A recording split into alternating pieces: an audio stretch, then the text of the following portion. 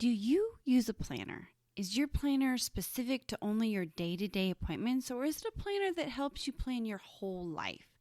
I'm currently on the search for the perfect planner that can help me juggle everything: gardening, homesteading, homemaking, and so many more things. Today, we're going to dive into what that perfect planner might look like. Let's get growing.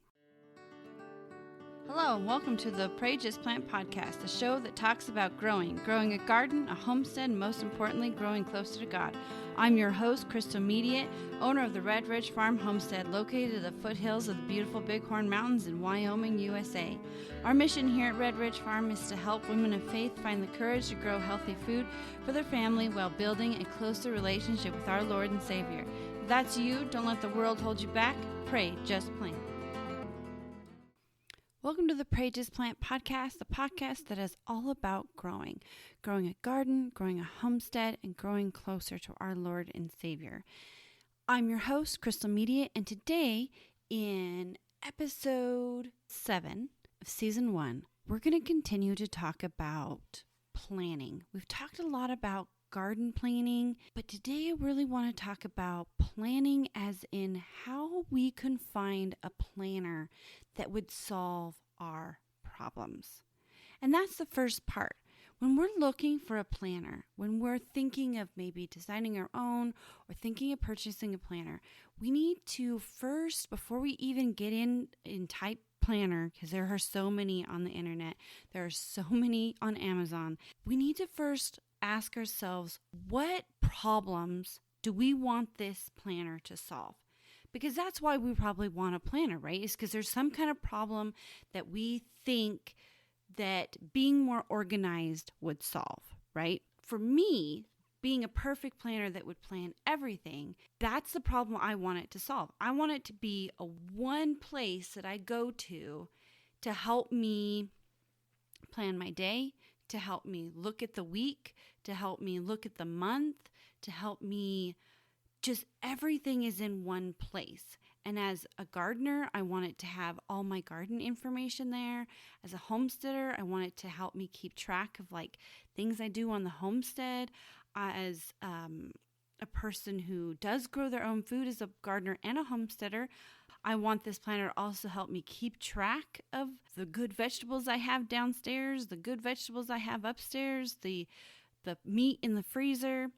But also something, because when we look at a planner, we're usually thinking about goals, right? So before you do anything, before you jump on the internet, make sure you are figuring out what problems you want that planner to fix, what problems you want that planner to help you with. And also think of it in an aspect of like, if you were to design a planner for yourself, who are you? What are things in your life that if you could get more organized in that area, what would they be? Like if you were to make a planner, who would you plan it for? Talk about things you might want to accomplish in that year. You want to have a planner that is going to help you get there. And with every problem, there's going to be some kind of transformation, right? What do you want that planner to do for you? How do you want that planner to transform you so that you can see that it's working? Personally, if I were trying to find a planner, I would want it planned for myself, right? So if I were trying to plan or make a planner, I want a planner that is more like me.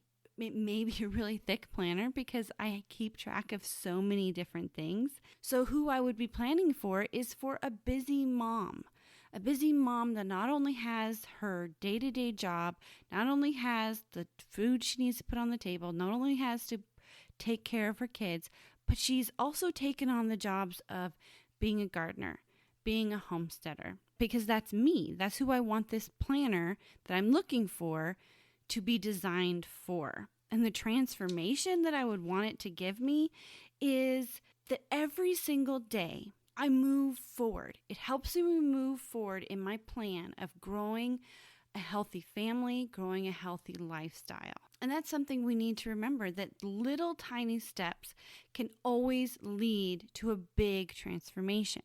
And you want to make sure you figure out all those things before you even click on Amazon, before you even type in such and such planner. You want to know all these things before you get into that spot, into really diving deep. Because I'll tell you, there are so many planners on the market.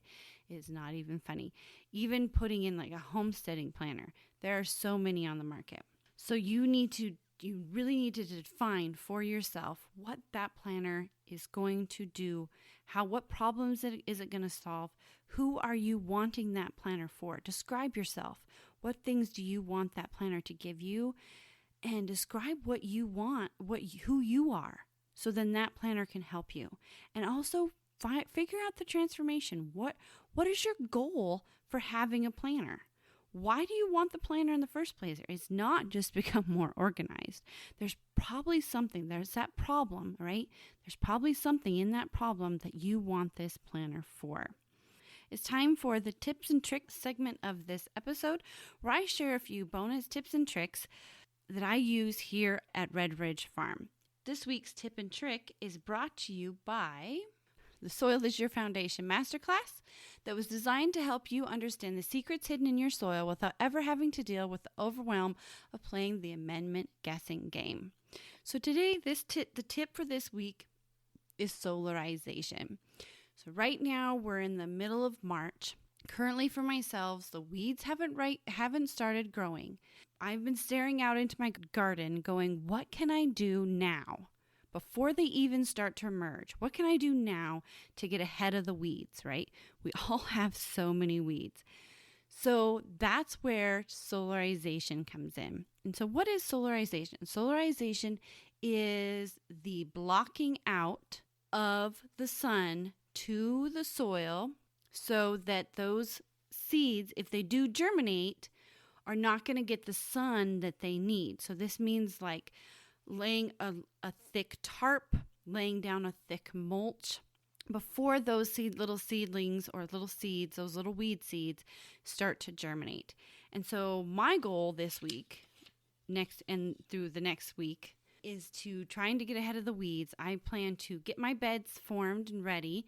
I do no till, so I'm not tilling or anything. I just want to make sure that the paths are defined and that the beds are ready, get my compost down, and then I'm going to be covering them with very large silage tarps. They're very thick tarp to really help me get ahead of my weeds. So the tip for this week is solarization. So let's get back to our planner.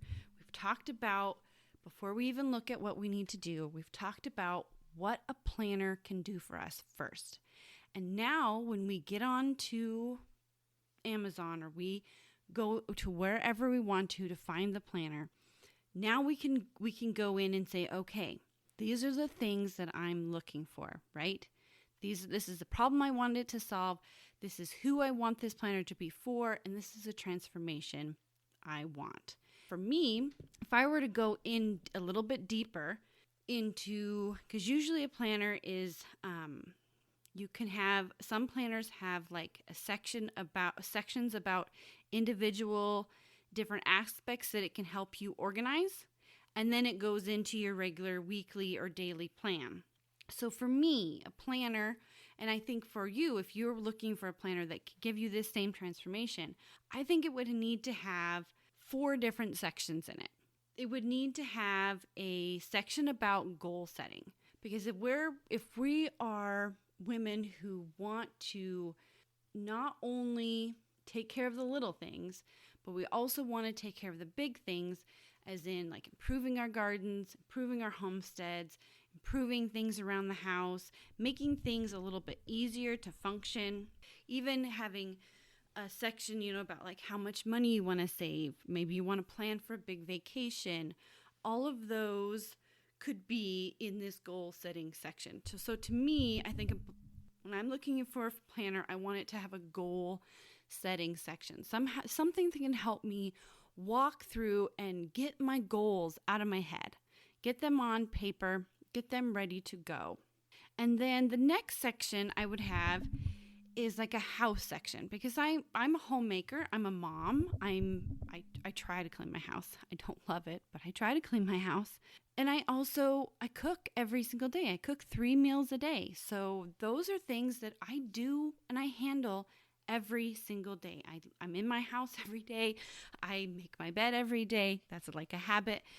I also cook every day, and I need to know, so cooking leads to grocery shopping, cooking leads to meal planning. I would want a section in this planner to have something that helps me like remember what I've cleaned for the week. Because there's dusting, every day, and there's sweeping up the stuff, the everyday stuff. But things like, did I change the fire alarm batteries? Did I sweep underneath the refrigerator this month? Did I clean out underneath the stove this month? Did I clean the oven yet this year? Did I mop at all this month? I don't mop every day. I don't mop once a week. I mop like once a month. So though I would want some kind of house section to help me keep track of things that I did get done, like cleaning the lint out of not just the front of the dryer, but all the way down in the tube thing. Those are things that need done regularly and reminded yourself to do regularly. And I also want clean the dishwasher. Things that you don't do every day to clean your house, but things that still need done, like cleaning the mop. I do that like once a month per room. So that's something you don't do every day, but it's just a list to kind of help you remember those extra little things. So that I would want something to help me organize my cleaning for sure. I know I don't enjoy cleaning, but if I have some kind of plan for it, it does get done. And also, I cook every day. I cook 3 times a day. So I want to be able to, if I'm going to sit down and plan something for supper, or I'm going to make my menu for the month, I want to know how many packages of snow peas I have downstairs in the freezer. I want to know if I'm all stocked up on salsa down in the root cellar. I want to know what kind of meats I have in the freezer. Have we ran out of hamburger? Did we use up all the beefsteak? I want to be able to know that. And I don't want to have to go down and do inventory every single month or every single week. I want to have a place that'll help me keep track of that. So when I do sit down to do my menu planning, it'll be really easy to get done because all that information is there. And also something that'll help me keep a running total of, maybe you canned a bunch of green beans, but you don't seem to be using them as quickly. So that an inventory of some kind would help me figure those things out. Another section, because part of growing your own healthy food, is garden. So I would want a section that would help me organize my garden a little bit more. Maybe a section that has a little bit of a garden plan or a little bit of a garden schedule that I could figure out in that section. I'd also want a homestead section where I can keep track of dates that my goats are going to kid. I could keep track of when the new chickens are coming, how old the old chickens are, just little notes that I can keep track of my homestead stuff. And trying to keep all of these things and, buying groceries and paying bills, I would want a budget section. If we're hoping to save money, if that was one of my goals is to save money to go on a trip, then I would want a budget section to really help me keep a budget. And then also in the gardening with the gardening and the cooking section, I would want, a few episodes ago, I talked about planning for beyond the harvest. I want a section in there that helps me plan for maybe new recipes, maybe new ideas of how I want to preserve things. So like a note section or something in there that I can have a section for planning beyond the harvest, so that when I'm sitting there making my meal plan, I've got some new recipes that I can start putting into my new meal plan, and they're all in one place. So those are just a few sections that I think that should be, if I were to purchase the planner for myself, and maybe this is something that you guys see too, is these are some sections that I would want in my planner just to help things just run a little bit smoother before I even get into the day-to-day appointments and the day-to-day habits. And so now it is time for the Growing with God section. And this section is brought to you by the Building Your Soil Health in 4 Easy Steps.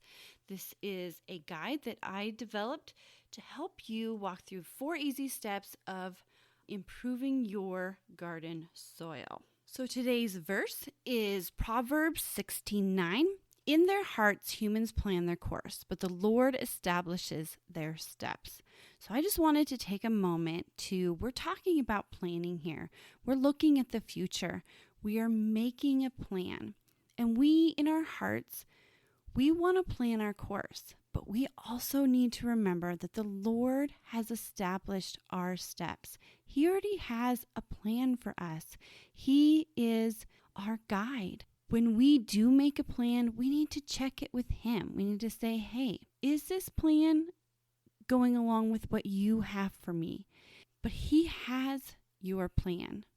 He has it set out for you, and He knew this plan before you were born. And He knows. He knew who you were going to marry. He knew what home you were going to live in. He knew the trials that you were going to have to go through because He knew you could handle them. In our hearts, we try to make a plan, but we just need to remember that the Lord is the one who has set it down for us. He's our guide. So let's get back to the planner. So before I talked about, who we should be, what problems or what we want our planner to do for us, right? And then I talked about that I would want a planner and that maybe you would want one too that had some certain sections in it that could really help not only just plan our day-to-day life, but plan or organize things like setting goals, having a garden section, having a homestead section. And now I want to move into what planner I would want that would have something that would help me daily or help me weekly. Now, we just came out of the Growing with God segment, and I think that should be another very important part of our daily aspect to a planner. Does it have a daily devotional section? Does it have a spot on the weekly plan of where I can either write in a verse that has hit my heart or has a verse that I can think about? That would be something that I would have on the daily or the weekly plan. Also, going back to that goal section, I would want to be able to have a place that I can take those big goals and break them apart into like a weekly goal that I can accomplish. Okay, we're gonna save $20 this month to go on vacation, or we're hoping to build a big solar greenhouse this year. So that's one of our big goals. So what can I do this week, middle March, to help me get that goal done? Well, I can work on the plans, right? I can get the plan designed. So I could put that in my little weekly goal section. So I'd love to have a weekly goal section.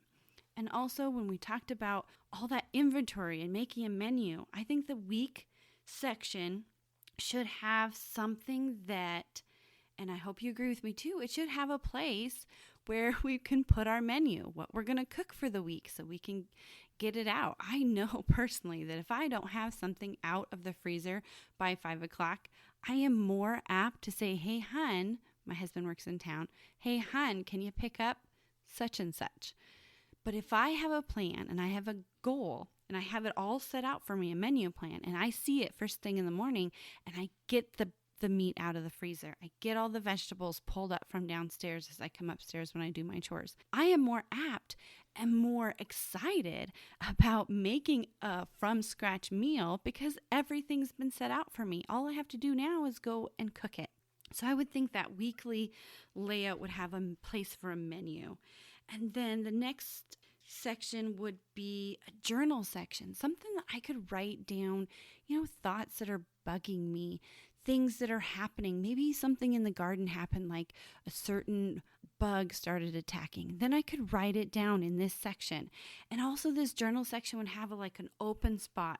So if I saw something that another thing that I really encourage my kids to do, and I try to do myself, is nature journaling. So when I get out in nature, I try to draw something that has caught my eye instead of taking a picture of it, because a picture is so quick. It's so fleeting. It's like you take the picture and you move on. But when you have to study something so that you can draw it, it ingrains itself in you. It becomes a part of you. And so having a little section in my planner that I could do a weekly drawing, just something that really caught my eye that week, or a flower that I saw, or a bird that I saw, just something a little extra, or even just to doodle, spending a little time. Yes, my planner's open, and I need to, maybe I'm contemplating the verse of the day, and maybe I decide to do a doodle about it. So I'd want that to be part of my journaling section. And of course, every day is when we need to be working on our habits, right? Maybe our goal was to drink 3 glasses of water every day. So maybe then I could write that, and it would be kind of open up, but it would have little boxes for me. So I could say 3 glasses of water, and I could keep track of those things. Or maybe my habit was trying to teach my kids to pick up their coats. I don't know about you, but it's like they come inside and they just throw their coat on the ground. And so I've been working very diligently to remind the child, not say, hey, look, here's your coat, go put it away, because that doesn't help them make the connection. But what I do is I stand right next to the coat and I say, do you see something here that needs done? And they'll look at me and they'll look at me.